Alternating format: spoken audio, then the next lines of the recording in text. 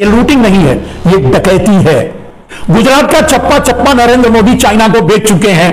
China और पूरे देश में जितने भी प्रोजेक्ट हो रहे हैं वो ज्यादातर विदेशी कंपनियां कर रही हैं। मैंने आपको बताया है दोस्त, चुनाव जीतने के लिए हिंदू मुसलमान, आतंकवादी हमले, बॉर्डर पे सेलिंग, ये काम, ये इनका टारगेट होता है। जब भी नरेंद्र मोदी को देश लूटने वाला बड़ा कांड करना होता है तब वो इसी तरह के मुद्दे लेके आते हैं। भारतीय जनता पार्टी ने कितना धन इकट्ठा कर रखा है, आरएसएस को कितना पैसा मिला, रामदेव जैसे भगवा दलालों को कितने पैसे मिले, इससे ही डिफॉल्टर और फ्रॉडों ने दिया है ये पैसा। तो फ्रॉड करने के लिए ही दिया है पैसा। 70 साल के अंदर में 90 जितना घोटाला हुआ है उसका 90% घोटाला सिर्फ 7 साल में हुआ है। अपने आप को राष्ट्रपति बनाना चाहते हैं, अमित शाह को प्रधानमंत्री बनाना चाहते हैं, देश पर कब्जा करना चाहते हैं, तो ये 3 बार बिक जाएंगे तब भी पैसा नहीं चुका सकेंगे। कैसे? आपने देखा कि भारतीय जनता पार्टी के बैंकों में, भारतीय जनता पार्टी से जुड़े जितने चोर गैंग्स हैं सबके बैंकों में पैसे आए। भारत के बैंकों का पैसा लेकर के लूट करके भाग गए। यहां तो गुजराती चोरों की शुरुआत ही 500 करोड़ से होती है और जितने भी घोटाले हुए हैं, जितने भी हाईटअप अप हुए हैं, उनका लिस्ट नरेंद्र मोदी को बोलो जारी कर दे। अब सोचो, जो आदमी जीत के लिए दंगा करवाने की साजिश रचता है वो आदमी देश का नेता होगा? मेरे दोस्त, ये लूटिंग नहीं है, ये डकैती है। और ये प्री प्लान डकैती है, पूरे प्लानिंग के साथ की गई डकैती है। इसको आप समझिए। दोस्तों, आप सभी को मैं एक बार फिर मनमोहन मिश्रा आप लोगों का अभिनंदन करता हूं, आप लोगों का स्वागत करता हूं, आप लोगों का धन्यवाद करता हूं मेरे दोस्तों, और आपसे गुजारिश करता हूं कि आप इसे अधिक से अधिक लोगों तक पहुंचाएं और शेयर करें। अब आते हैं मुद्दे पर। मुद्दा यही है कि जो देश में लूट हो रही है उसके पीछे का कारण क्या है। जो बैंकिंग घोटाले हो रहे हैं, बैंक लूट हो रही है, उसके पीछे किसका हाथ है और कौन है। मैं अक्सर इस बात को उठाया करता था, आज उसी बात को फिर एक बार आपके सामने रखने की कोशिश करूंगा। और क्योंकि अब प्रमाण आपके सामने धीरे धीरे आ रहे हैं तो आप समझ भी जाएंगे बड़े आराम से। पहली बात, आज जो लूट मची हुई है, बैंकिंग जो लूट मची हुई है या जो घोटाले हुए हैं, आज मैंने अपना टैगलाइन में डाला था कि नरेंद्र मोदी ने घोटालों का राष्ट्रीयकरण किया, भ्रष्टाचार का राष्ट्रीयकरण किया। यह नरेंद्र मोदी के लिए इसका पूरा श्रेय जाता है मेरे दोस्तों। नरेंद्र मोदी ने भ्रष्टाचार का राष्ट्रीयकरण किया, इसके पहले किसी ने यह काम नहीं किया था। भ्रष्टाचार का राष्ट्रीयकरण करने का काम नहीं किया था, यानी बड़े लोग, ब्यूरोक्रेसी और जो लोकतंत्र के 4 स्तंभ हैं, वो उनके ऊपर बैठे लोग, नीचे वाले नहीं, उनके ऊपर बैठे लोग ही घोटाला कर सकते हैं और घोटाला कर रहे हैं। कारण क्या है? और इस कारण क्या है उस पर आपकी निगाह ना जाए, इसके लिए वो आपको बरगलाते रहते हैं, ऐसे मुद्दों में उलझाते रहते हैं कि आप उस पर ध्यान ना दें। दोस्तों, आपने अभी देखा होगा, मेरे बहुत से भाइयों ने इस बात पर हमेशा, मैं बहुत ज्यादा हिंदू मुसलमान के मुद्दों को नहीं छूता, धार्मिक मुद्दों पर नहीं बोलता। आपने बहुत लोगों को देखा, मैं भी थोड़ा बोला था, आपने बहुत लोगों को देखा होगा कि किस तरह से हिजाब को मुद्दा बनाया जा रहा है। लेकिन जब हिजाब पर मैं बोल रहा था तब भी मैंने कहा था कि इसके पीछे कोई और कहानी चल रही है जिसको दबाने के लिए हिजाब मुद्दा बनाया जा रहा है। आप अब उसको सुनिए। कहीं आपने अभी देखा होगा आज सोशल मीडिया में कि ये काली टोपी खाकी पैंट लाल रुमाल, इनका नाम यही है, काली टोपी खाकी पैंट लाल रुमाल वालों ने केएफसी पर हमला किया। केएफसी एक विदेशी कंपनी है, केएफसी पर हमला किया और हिजाब का मुद्दा चल ही रहा है।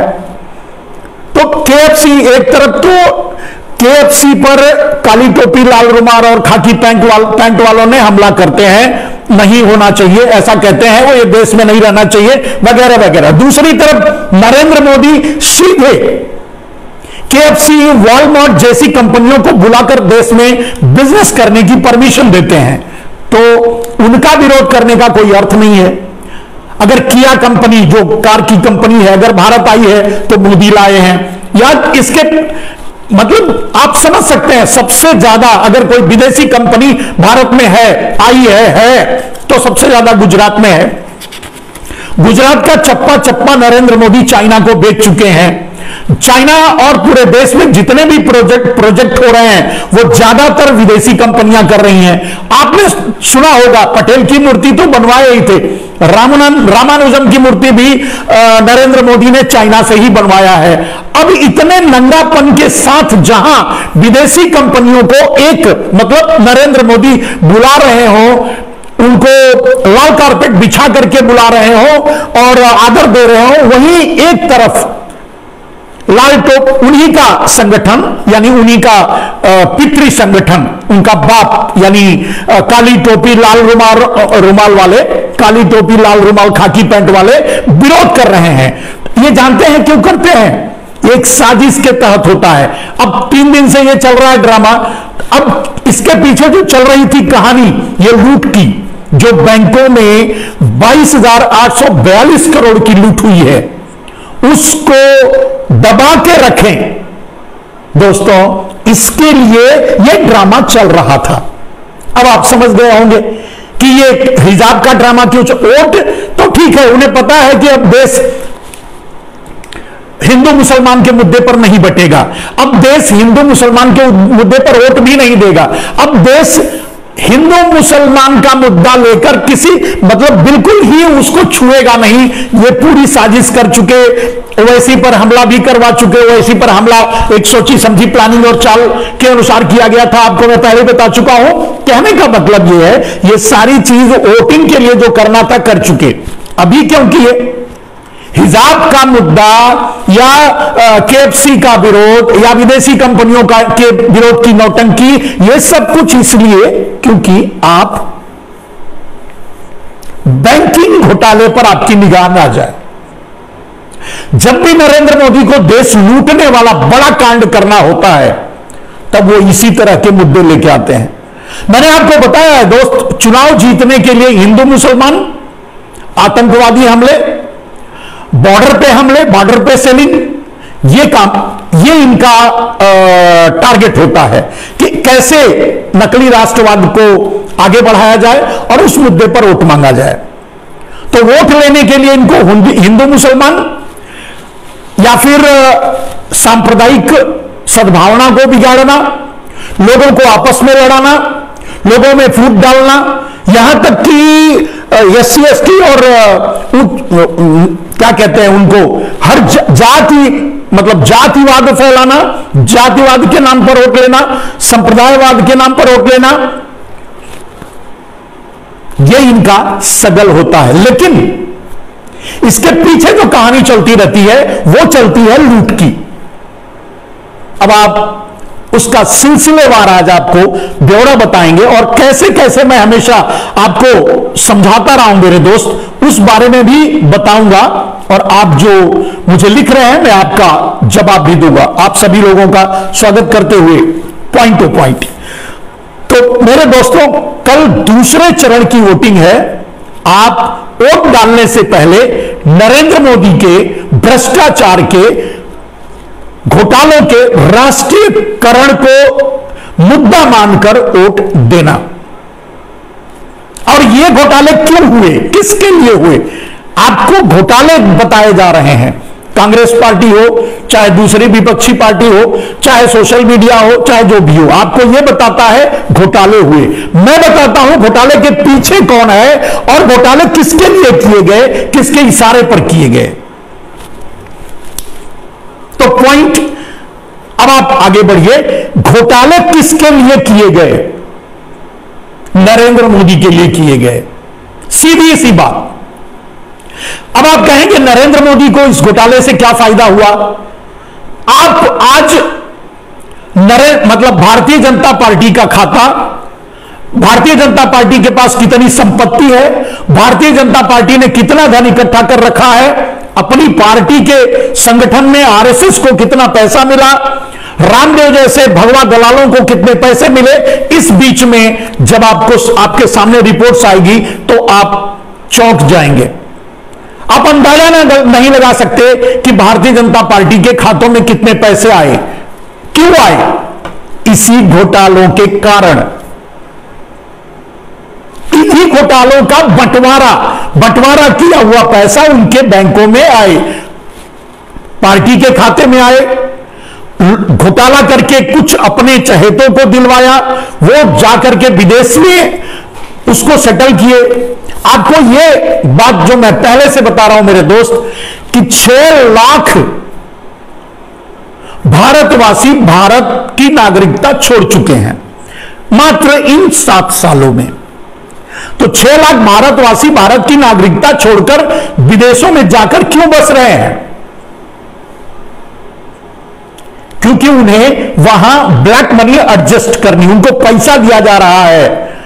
कैसे ब्लैक मनी को वहां एडजस्ट करना है, वहां किसी XYZ के नाम से कंपनी खोलना है और उसमें उस पैसे को रखना है और बाद में अंडरग्राउंड तरीके से भारत में लाना है। नरेंद्र मोदी या उनके चहेते कैसे यूज करेंगे वो बाद में उसका बंटवारा होगा। ये है खेल। थोड़ा सा अगर और आगे आप चलेंगे तो आपको समझ में आ जाएगा कि जितने लोग भारत की नागरिकता छोड़े हैं, मैं पहले भी बताया हूं मेरे दोस्त, जितने लोग भारत की नागरिकता छोड़े हैं उसमें 90% गुजराती हैं। तो गुजराती भारत की नागरिकता क्यों छोड़ रहे हैं?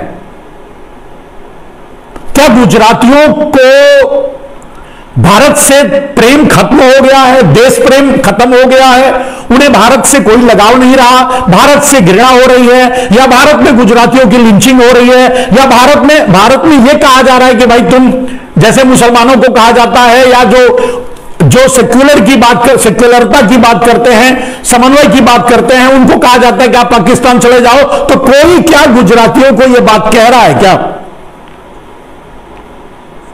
6 लाख से ज्यादा जो लोग भारत छोड़े हैं, आप उनका रिकॉर्ड नरेंद्र मोदी से मांग लीजिए, या मैं नरेंद्र मोदी जी से कहता हूं, मोदी जी उसे सार्वजनिक कर दीजिए। उसमें 90% गुजराती हैं जिन्होंने भारत छोड़ा। अब इसी से जुड़ा है इस घोटाले की पूरी कहानी। जो भारत छोड़ने से पहले ये बैंकों से पैसा लेते हैं, लूटते हैं, पूरी तरह से सारे बैंकों को मिलकर ये घोटाला करते हैं, लूटते हैं और घोटाला करके भाग जाते हैं। भाग नहीं जाते, भगाए जाते हैं, वहां पहुंचाए जाते हैं, वहां सेटल किया जाता है। अब आपको समझ में आ गया होगा कि कुछ दिन पहले जो न्यूज में आया था, 6 लाख से भी ज्यादा भारतीय भारत की नागरिकता छोड़े। किसी ने आपको यह नहीं बताया होगा कि उसमें कौन है, कौन भारत की नागरिकता छोड़ रहा है, किसको भारत प्रेम खत्म हो रहा है, किसका, क्या इसमें मुसलमान है? नहीं, इसमें 90% गुजराती हैं जिन्होंने भारत की नागरिकता छोड़ी। इसके पीछे कारण यही है, जो लूट मची हुई है, भारत को लूटा जा रहा है, ये पहले से जा रहे हैं। और भाई देखो, आपको अंदाजा होना चाहिए, नरेंद्र मोदी अगर अपने मिशन में फेल हो जाते हैं, अगर वो राष्ट्रपति बनने की कोशिश करते हैं, मान लीजिए कि अगर उनका विरोध होता है प्रदेशों के द्वारा इस मामले में, कि अगर वो संविधान को चेंज करने की कोशिश करेंगे तो फेडरल सिस्टम को डिस्टर्ब करने के नाते सभी प्रदेशों को यह अधिकार है कि वो इसका विरोध करें। जब वो विरोध होता है और नरेंद्र मोदी फेल हो जाते हैं, डेफिनेटली अगर नरेंद्र मोदी की सरकार जाती है तो नरेंद्र मोदी सीधे तिहाड़ जेल जाएंगे। लेकिन नरेंद्र मोदी तिहाड़ जेल नहीं जाना चाहते। उसके लिए नरेंद्र मोदी की प्री प्लानिंग है कि पहले विदेशों में अपने लोगों को इतना मजबूत कर दो, इतना बसा दो कि वहां नरेंद्र मोदी जाके आराम से वहां से अपनी दुनिया, अपना ऐशो आराम, अपनी सब कुछ चला सकें। जब नरेंद्र मोदी की डेमोक्रेसी खत्म करने की प्लानिंग फेल हो जाएगी, उस समय ये देश छोड़कर चले जाएंगे, भाग जाएंगे, या तो तिहाड़ जेल जाएंगे। तिहाड़ जेल जाना नहीं चाहेंगे तो डेफिनेटली ये देश छोड़कर चले जाएंगे। उसके पहले की प्लानिंग है कि वहां क्या क्या कर दिया जाए जो नरेंद्र मोदी के लेवल की सुविधा इन्हें मिल सके, दी जा सके। It's plan. 22,842 करोड़ का घोटाला एजीपी गुजरात की कंपनी एजीपी ने किया है। गुजरात एबीजी शिपयार्ड कंपनी में, गुजरात की कंपनी है जिसने घोटाला किया है और 28 बैंकों को लूटा है। और ये सारी चीजें नरेंद्र मोदी की निगाह में 2017 से है, ये आज की बात नहीं है। उन्हें पता है ये 2017 से ही अपने आप को डिफॉल्टर लिस्ट में डाल चुका था यह आदमी। अब आगे थोड़ा सा और बढ़िए तो आपको समझ में आएगा मेरे दोस्त। 2020-21 यानी एक साल में 2020-21 के पीरियड में, अमृतकाल में 1.5 लाख करोड़ का घोटाला किया गया। चलिए नरेंद्र मोदी के काल को देख लीजिए। 5,99,000 करोड़ यानी 6 लाख करोड़ का घोटाला हो चुका है नरेंद्र मोदी के पीरियड में।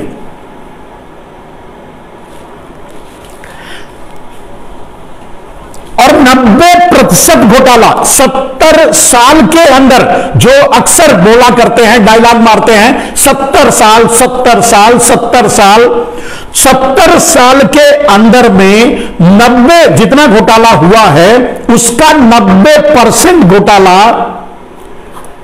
सिर्फ 7 साल में हुआ है। अब आप बताइए, अब मोदी को जिम्मेदार मानेंगे या नहीं मानेंगे?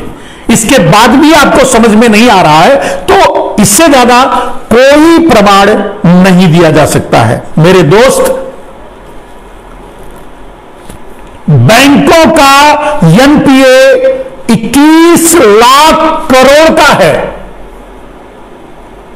जो राइट ऑफ कर दिए। 11 लाख करोड़ का नरेंद्र मोदी राइट ऑफ कर चुके हैं, यानी अपने चहेतों को पैसे देकर माफ कर चुके हैं। ये लाख करोड़ की बात कर रहा हूं। ये नाम इतिहास में, इतने बड़े बड़े अमाउंट का नाम आपने इतिहास में नहीं सुना होगा, 70 साल में नहीं सुना होगा। और जिनके बारे में सुना था वो बाद में ये साबित, नरेंद्र मोदी की सरकार ने ये साबित किया कि वो गलत आरोप थे। अब बताइए, जिस कांग्रेस को आरोप लगाकर कि ये घोटाला करती है कांग्रेस, ये सत्ता में आए, उस कांग्रेस के सारे आरोपों से कांग्रेस को इन्होंने बरी कर दिया। अब वो तो सही होगा, तो विपक्ष पार्टी को क्यों बरी करते? लेकिन अब इतने बड़े बड़े जो घोटाले हो रहे हैं मेरे दोस्त, उसके लिए जिम्मेदार कौन है? तो 11 लाख करोड़ का राइट ऑफ किया गया। आगे आप जानते हैं 72 घोटालेबाजों में से मात्र 2 घोटालेबाज पकड़े गए हैं। 72 घोटालेबाजों में से मात्र 2 घोटालेबाज पकड़े गए हैं। और 72 घोटालेबाज 6 लाख करोड़, ये भगोड़ों की बात कर रहा हूं, 6 लाख करोड़ भारत का लेकर भागे हैं। बिना हिस्सेदारी के कैसे होगी? और हिस्सेदारी का पैसा भी दिख रहा है। एक बात बताओ, चोर भी पकड़ा जाए, चोर के पास माल भी बरामद हो, आप कब उसको समझोगे, कब उसे सच मानोगे? अब मतलब आपको कौन सा प्रमाण चाहिए यह सच मानने के लिए कि नरेंद्र मोदी सर से पांव तक घोटाले में लिप्त हैं? वो पार्टी वाले हैं, उनको कहने में हिम्मत नहीं होती, कह नहीं पाते, कहना नहीं चाहते, वो भी उसमें लिप्त होंगे। लेकिन आप मेरे दोस्त, आप तो आम आदमी है ना, आप वोटिंग करते हैं, आपकी वोटिंग से सरकारें बनती है। आप मुझे बताइए दोस्त, आप क्यों, आपकी कौन सी कमजोरी है जिसके कारण सब कुछ आप सह जा रहे हैं?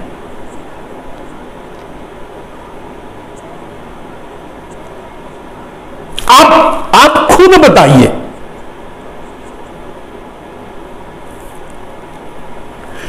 और जब आप वोट करने जाइए तब इस पर गंभीरता से गहन कीजिए कि आप वोट किसको दे रहे हैं। आगे मैं आपको यह भी बताऊंगा मेरे दोस्त कि ये सारे घोटाले क्यों किए जा रहे हैं,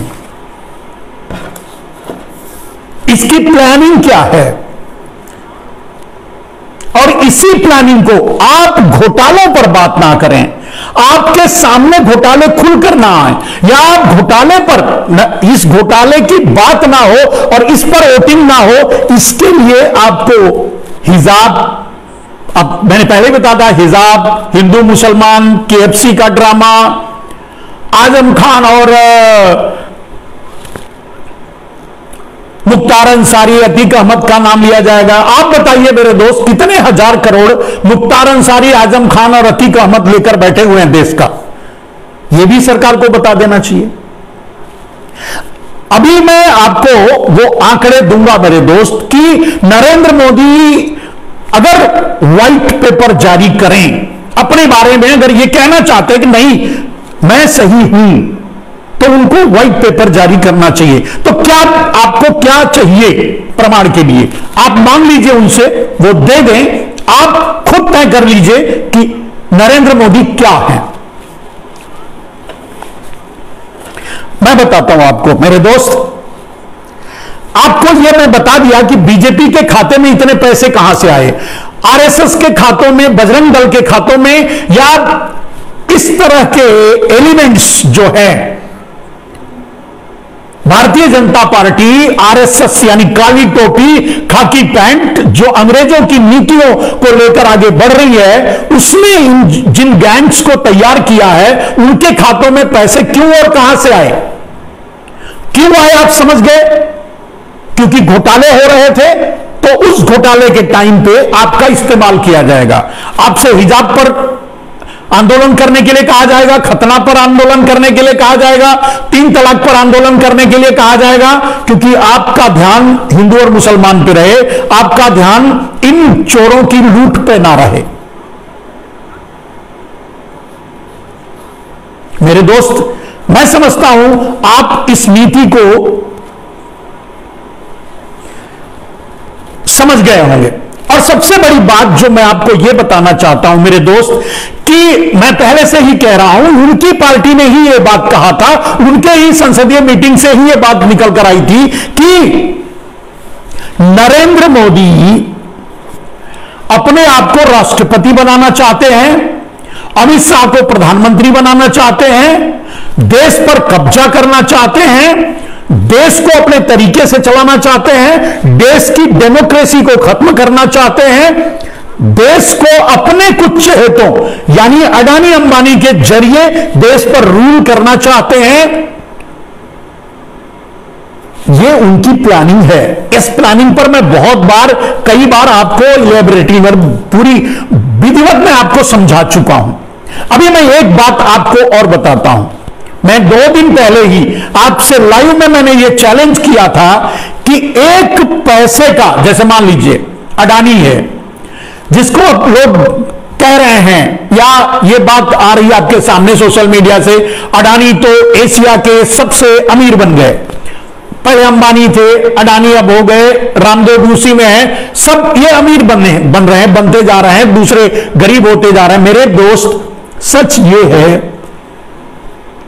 कि ना तो ये अमीर थे, ना तो ये अमीर बनते जा रहे हैं। हां, इनकी संपत्ति बढ़ती जा रही है, इनकी दौलत बढ़ती जा रही है, देश को लूटते जा रहे हैं, लूट कर विदेशों में जमा करते जा रहे हैं। यह बात तो सच है। मैंने आज मेरी वो बात आपके सामने सच, मुंह बाए सच खड़ी है। मैं क्या कह रहा था कि अगर अडानी जैसे लोग मान लीजिए लूट करके ये अमीर बने हुए हैं या अपने आप को अमीर दिखाना चाहते हैं, दिखाते हैं। अब नरेंद्र मोदी की भूमिका और इनके बारे में आप समझ लो। नरेंद्र मोदी से एक सवाल पूछो, अभी तो कुछ घोटाले आए, ये कुछ भी नहीं है मेरे दोस्त। नरेंद्र मोदी से पूछो, भारत का जितना भी एनपीए है वो किसके ऊपर है? उसमें 90% गुजराती हैं, जिन्होंने भारत का पैसा लेकर के दे नहीं सक रहे हैं एनपीए, वो 90% गुजरातियों का है। भारत के बैंकों का पैसा लेकर के लूट करके भाग गए, यानी जो भाग गए, मेहुल चोकसी, नीरव मोदी वगैरह वगैरह, जो भाग गए उनकी लिस्ट, जो पैसा लेकर भाग गए उनकी लिस्ट, उनमें 90% गुजराती हैं। आज भी बैंकों का पैसा जिन कंपनियों पे है, जिन ऑर्गेनाइजेशन पे है, जो लेकर बैठे हैं, उसमें 90% माने बैंकों का जो लोन लिए हैं उसमें 90% गुजराती हैं। बैंकों का जिनका पैसा राइट ऑफ किया गया है, जो 11 लाख करोड़ का आंकड़ा है, उसमें 90% गुजरातियों के नाम है जिनका राइट ऑफ किया गया है। इस खेल को समझिए। बैंकों का पैसा उन्होंने ले रखा है 90%। 90% वो बैंकों का पैसा लेकर भाग चुके हैं। भागने वाला जो पैसा लेकर डूब गया, भाग गए लेकर, वो 90% गुजराती है। 90% बैंकों का लोन गुजरातियों पर है। 90% लोन लेकर के आज डिफॉल्टर की कंडीशन में है, जिनसे एक पैसा वसूली होने वाली नहीं है, 90% है। लेकिन भारत में 90% ब्लैक मनी गुजरातियों के पास है, वो भी देश और विदेश में। कुछ यहां रखे हुए, कुछ लेकर बाहर ट्रांसफर कर दिए। जैसे आपने सुना कि मतलब इस कंपनी के मालिक लोग अपने पैसे दूसरी कंपनियों के नाम से विदेशों में ट्रांसफर कर चुके हैं। अब ये कभी ना कभी भाग जाएंगे, या जो भी होगा इनका होगा। अब लेकिन सबसे बड़ी बात, अब इनसे एक पैसे भी वसूली नहीं होगी, नहीं की जा सकती, क्योंकि इनके पास कुछ है नहीं, जो मैं पहले से आपको बताता हूं। मैं कह रहा हूं अडानी की कोई हैसियत नहीं है। अडानी के चौकीदार आपका प्रधानमंत्री है, इसलिए अडानी अमीर हैं। अडानी की चौकीदारी खत्म हो जाए, आपका प्रधानमंत्री अडानी की चौकीदारी छोड़ दे, यानी आप प्रधानमंत्री को प्रधानमंत्री की कुर्सी से हटा दो, अडानी की पोल खुल जाएगी। अडानी देश का, आपका, हमारा बैंकों में जमा पैसा जो लेकर बैठे हैं, वो वापस 3 बार बिक जाएंगे तो भी नहीं दे सकते। तो रास्ता क्या है? भागने के अलावा रास्ता क्या है बताइए? कहीं अंग्रेजों की तरह कुछ ऐसे लोग जो चोर हैं, दुर्भाग्य से वो गुजराती हैं, लेकिन चोर हैं, चोर गुजराती की बात कर रहा हूं। सभी गुजराती शरीफ हैं, लेकिन जो चोर हैं वो गुजराती हैं, दुर्भाग्य से वो गुजराती हैं। कहीं ये गुजराती गैंग्स मिलकर के पलायन का पूरा प्लान तो नहीं बनाए हैं कि जब तक रहो तब तक लूटो, दमन करो, लूटो, पाटो, काटो, जितना दमन कर सकते हो करो, और जब ऐसी स्थिति आए कि ना कर सको तो निकल लो। और इसी प्लान का हिस्सा है जो 6 लाख से ज्यादा भारतीय विदेशों में जाके चले गए, उनमें भी वही लोग हैं। अब ये सारी लिस्ट, जैसे ब्लैक मनी, ये मैं बार बार उठाता हूं, who is the ultimate owner? आज ब्लैक मनी किसके पास है तो जरूर ये मोदी जी भी मानते हैं। मोदी जी पहले भी कह चुके हैं कि काला धन लाकर 15-20 लाख दे दिया जाएगा। मोदी जी बीच में 2017 में संसद में बोल चुके हैं कि हमारे जो इंप्लॉइज हैं वो कर मतलब टैक्स बड़ी ईमानदारी से चुकाते हैं, तो हम काला धन ला करके उनको उनके ईमानदारी का फल देंगे, उनको हम पुरस्कार देंगे, माने ज्यादा पैसा उनको देंगे काला धन जब आ जाएगा तो। लेकिन खैर देना तो है नहीं, वो तो सब इनका जुमले हैं। नरेंद्र मोदी अपने जीवन में पता नहीं सच कब बोले होंगे, पता नहीं, मैं नहीं जानता। वो पैदा होने के बाद रोए थे या नहीं रोए थे, वो भी सच था या झूठ वो भी नहीं कह सकता, तो अलग बात है। सच तो बोलते ही नहीं, लेकिन अब उनसे कोई पूछता भी नहीं। अब तो वो अबाउट क्या बोलते हैं, ये बहुत इंडिया हो चुके हैं, बहुत लॉ हो चुके हैं, ये बहुत भारत हो चुके हैं, ये बहुत इंसानियत हो चुके हैं, ये बहुत ह्यूमैनिटी हो चुके हैं, तो वो भगवान हो चुके हैं, गॉड हो चुके हैं अपने चहेतों के लिए। तो उनसे सवाल करने का कहां मतलब होता है, और जो सवाल करेगा वो मेरे जैसे जेल में भेज दिया जाएगा, एक आध 2 दिन डराया धमका जाएगा, नहीं तो कुछ और किया जाएगा, मरवा दिया जाएगा, कुछ भी कर सकते हैं। क्या ये सब कुछ बड़ी साजिश और प्लान के तहत किया जा रहा है मेरे दोस्त? पूरे प्लान, जो मतलब इनका प्लान है, उस प्लान को इंप्लीमेशन करने का ये प्लान है, आप समझो। और ये आपका वोट तय करेगा कि नरेंद्र मोदी भविष्य में भारत के अकेले मतलब लोकतंत्र को खत्म करके भारत को अकेले चलाने वाले आप बनाना चाहते हैं नरेंद्र मोदी को। It's a one man show आप करना चाहते हैं, या कुछ गुजराती चोर, मैं कह सकता हूं सभी गुजरातियों के लिए नहीं, कुछ गुजराती चोर जो इनके साथ मिले हुए हैं, हम दो हमारे दो, बस ये देश चलाएंगे। आज मैं वो भी आपको पहले भी बता चुका हूं, शॉर्ट में वो भी मैंने बताया कि ये सारी चीजें अगर नरेंद्र मोदी मैंने काले धन की लिस्ट जारी कर दें, साफ हो जाएगा, एनपीए जारी कर दें, साफ हो जाएगा। मतलब जिन चीजों को मैं कह रहा हूं उन्हें अगर नरेंद्र मोदी सार्वजनिक कर दें तो ये पता चल जाएगा कि चोर कौन है, देश के लुटेरे कौन है। तो जब चोर भी गुजराती और चौकीदार भी गुजराती, कहीं आप खतरा तो मोल नहीं ले रहे हो या ले चुके हो। अब संसद में वही जाएगा जो चोर होगा, डाकू होगा, लुटेरा होगा, या फिर हत्यारा होगा, किलर होगा, टेनी जैसा दबंग होगा, माफिया होगा, और वही जा रहे हैं। चाहे जो भी हो, लुटेरा, डाकू, दबंग, जो भी हो, भारतीय जनता पार्टी में जाते ही वो धुल जाता है, वो एकदम क्लीन हो जाता है, वो जाएगा। यानी चारों खंभे आपके टूट चुके हैं। अब आप मेरे दोस्त बताइए, कैसे आपके लिए ये व्यवस्था, ये सरकार कैसे काम करेगी, किसके बल पे?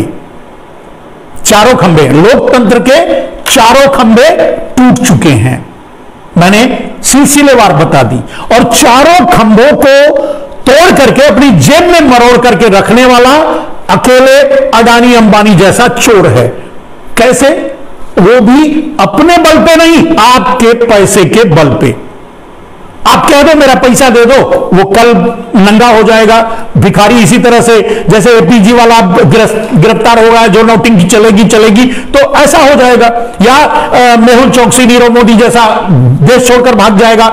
लेकिन वो आप पर इस तरह अत्याचार नहीं कर पाएगा। लेकिन आप मांगो तब तो, आप समझो तब तो, आपको जब समझ में आए तब तो कि कल्प्रिट कौन है, चोर कौन है, माफिया कौन है। आपको तो बताया जा रहा है कि अतीक अहमद माफिया है, आपको आजम खान माफिया है, आपको बताया जा रहा है कि वो मुख्तार अंसारी माफिया है। आपको यह नहीं बताया जा रहा है कि माफिया वो कैसे हुआ भाई।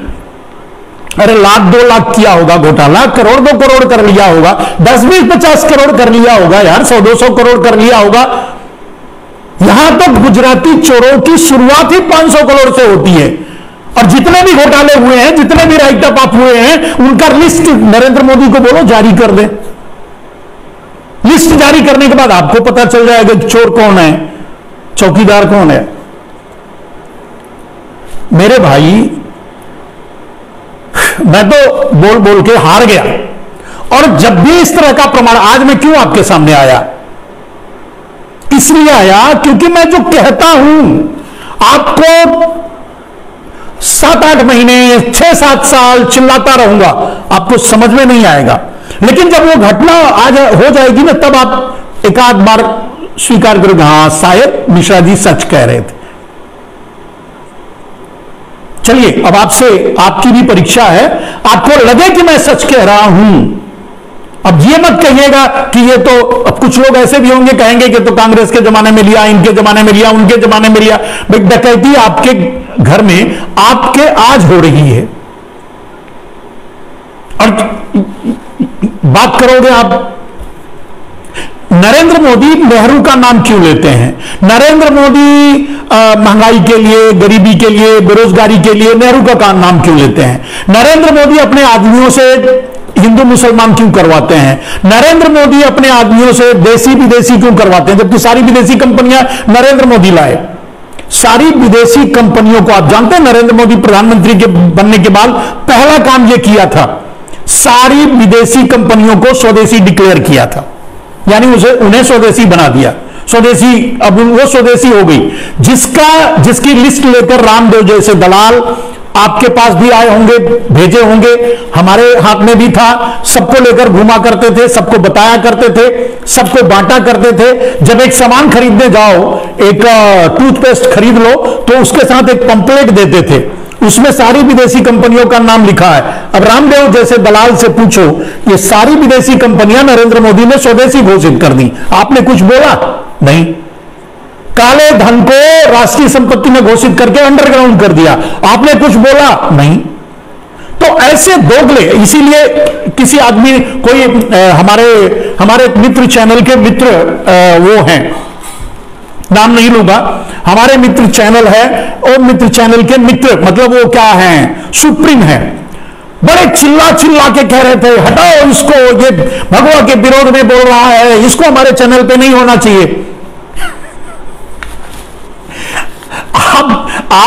आपके लोग दिन रात हिंदू मुस्लिम करते रहे, आप नहीं बोलोगे, भगवा का नाम ले ले आपको मिर्ची लग जाएगी, क्यों भाई? और भगवा पहन करके अगर क्या कहते हैं वो है ना, कौन सा जो बलात्कार करके उस बलात्कार के केस में बल्कि लड़की जेल चली गई, वो बाहर है, क्या नाम है उसका? नाम तो इन कमीनों का मैं भूल जाता हूं, याद नहीं रख पाता। सेंगर है, और वो एक संत था जो मसाज सेंटर चलाता था, वो है, ऐसे बहुत से हैं मेरे दोस्त।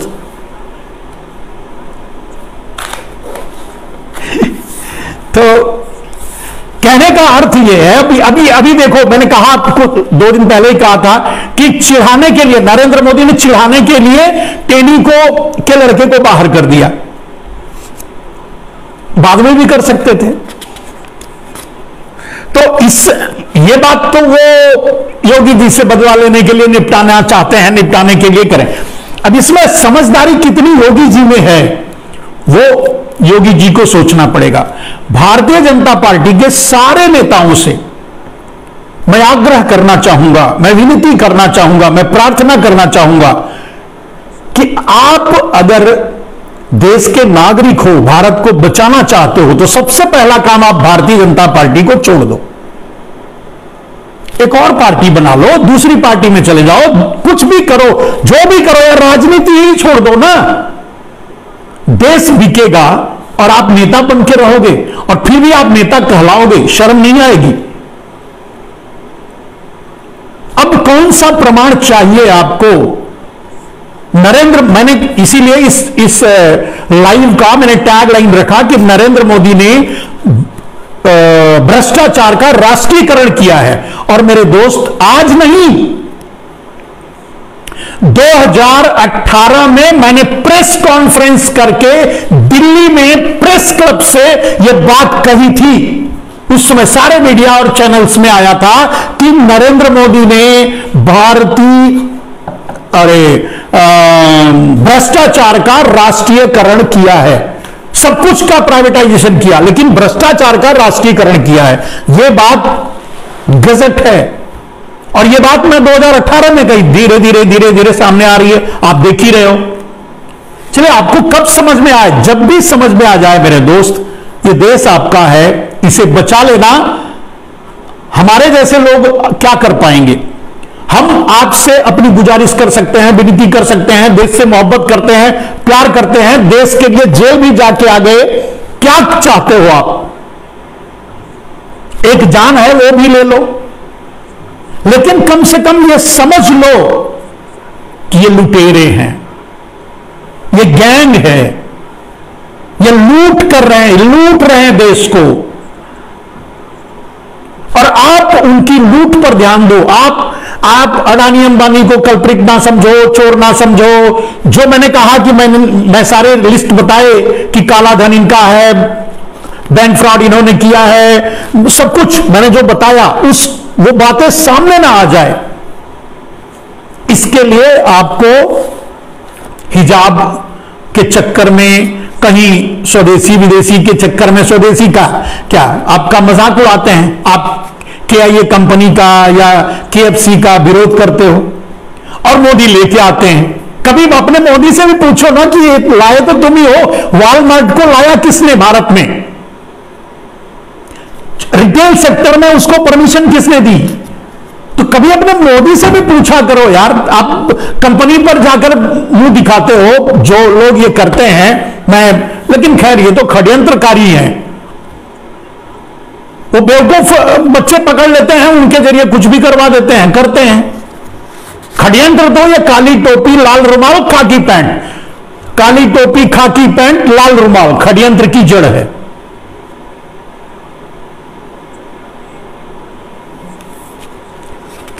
मेरे दोस्त, मैं समझता हूं आज के जो आज का जो विषय है, इस पर मैं बहुत बोल चुका। मेरा वीडियो देखिए, आपको मैंने हजारों बार इसको बहुत समझा करके आपको समझा चुका हूं कि ये इनकी साजिश है। अपने लूट को दबाने के लिए आपको हिंदू मुसलमान के मुद्दे पर ले जाते हैं।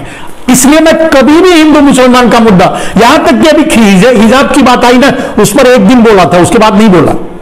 मैं इन मुद्दों पर बोलता ही नहीं, क्योंकि इन मुद्दों पर बोलने का मतलब कि जो वो चाहते हैं, वो तो चाहते हैं कि आप बोलो। उन्होंने ओवैसी पर गोली इसलिए चलवाई, अपने आदमी से इसलिए चलवाई कि वो मुसलमान भड़के तो दंगा हो जाए तो इनका वोट पक्का, इनकी जीत पक्की, यही तो चाहते थे। अब सोचो, जो आदमी जीत के लिए दंगा करवाने की साजिश रचता है, वो आदमी देश का नेता होगा मेरे दोस्त? वो आपके लिए कभी कुछ करेगा? जो आदमी चोरों को बचाने के लिए आपको अंधेरे में ढकेल देता है, वो आदमी देश का नेता होगा मेरे दोस्त? देश आपका है यार। ये देश नहीं रहेगा तो आप भी नहीं रहोगे, मोदी भी नहीं कर सकोगे। और आज मैं नहीं जानता कि भारतीय जनता पार्टी के लोग इसके बाद भी अपना वही ताली बजाने वाला ही रूप रखेंगे या उनमें कुछ सजगता आएगी। मैं यही कहता हूं, आप भारतीय जनता पार्टी में हो ना, मेरे सबसे ज्यादा दोस्त भारतीय जनता पार्टी में है, क्योंकि मैं उन्हीं से जुड़ा हुआ था, 4 साल उन्हीं के लिए काम किया था। लेकिन मैं क्या करूं मेरे दोस्त, पार्टी बड़ी नहीं होती, देश बड़ा होता है। आपकी अपनी कुर्सी, आप विधायक बन जाओ, आप विधायक का टिकट मिल जाए, चुनाव लड़ लो, चुनाव लड़कर कहीं पहुंच जाओ, मंत्री बन जाओ। अगर आपका ख्वाब अपने आप को स्थापित करना है तो let it be, you go ahead. अगर आपके अंदर आपकी इंसानियत जागृत होती है, अगर आपको लगता है कि नहीं, ही इज द डेंजरस, तो देश को बचाने के बारे में सोचो यार। देश को बचाओ, ये आपका है। मैं कैसे बताऊं, कैसे समझाऊं? और अब ये कहोगे इस लूट में मोदी जी का क्या? अरे मोदी जी ही शामिल हैं। अगर मोदी जी शामिल नहीं तो भारतीय जनता पार्टी के खाते में इतना पैसा कहां से आया? क्यों आया? किसके लिए आया? किसने दिया? और सिर्फ यही नहीं, जिस दिन नरेंद्र मोदी राष्ट्रपति नहीं बन पाएंगे, फेल हो जाएंगे, क्योंकि वो इतने ज्यादा मतलब गड़बड़ झाला कर चुके हैं देश में कि उनकी जगह तैयार जेल होगी, तो क्या करेंगे बताओ? वो निकल लेंगे, इसीलिए तैयारी कर रहे हैं इतने लोग। मैंने कहा कि 6 लाख से ज्यादा, ये तो मीडिया में है ना, 6 लाख से ज्यादा लोग जो भारत छोड़कर गए हैं, वो कौन है? वो मुसलमान है? पता कर लो ना, आपकी आंख खुल जाएगी। वो कौन है और क्यों गए? उनका मोह भंग नहीं हुआ भारत से।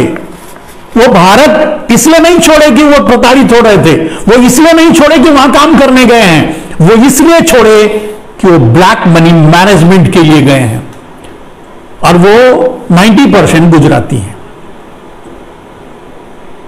आज के लिए बस इतना ही।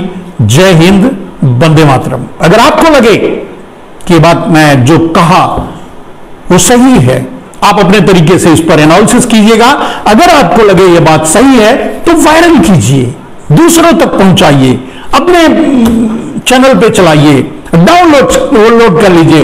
बिट्स जो अच्छा लगे वो यूट्यूब पे डालिए। जैसे जिस भी माध्यम से इसे लोगों तक पहुंचा सकते हो पहुंचाओ।